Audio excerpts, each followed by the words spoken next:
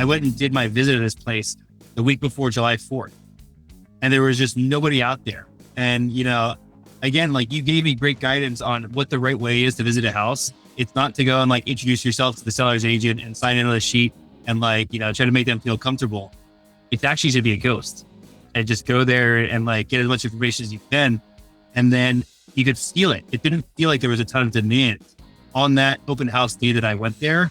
And then, we make our offer on Tuesday and got accepted on Wednesday. It was magical.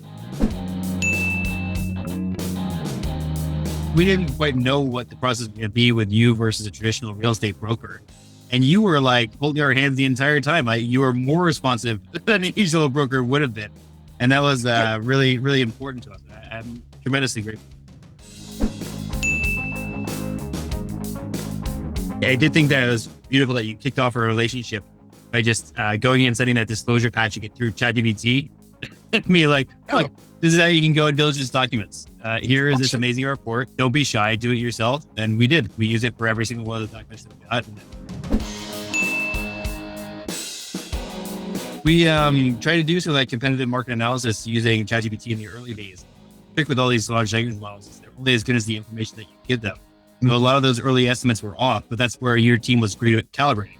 Because like the best case scenario is that you have the ChatGPTs to go and handle all the like weird little bits and things that take a lot of time. And then you have an expert review the output to ensure that there were no hallucinations there and that everything's grounded properly. And really, it was fantastic. Like, I had no idea that one of those lenders was going to suggest mortgage fraud to me until you went like validated for us. Like, no, I'm not interested in that path in the slightest. I worked in a hedge fund for 10 years. I had leveraged all my connections at all the banks. But again, like people don't like nuance. You were able to find that last one. We have a very reasonable mortgage from my perspective. When we had left it with that other insurance agent, you remember, like we actually had a hard time coordinating between insurance seller and the lender. And, we kept trying to go in between. This is where, Jen, you were a superstar, right? You kept going and trying to make it so that the two parties were speaking the same language. The lenders don't like nuance. If you remember, it was actually like we had an underwritten note from, I think it was the first lender that you introduced us to. And he was actually the guy that spotted this landmine. And it was one of those ones where like, I'm very glad he did, because if we had gone through the entire process, assuming that everything was okay without that, it would have been a really bad situation later on, where we probably would have lost our earnest for the escrow, because it wasn't going to work out. We talked to 100 different lenders.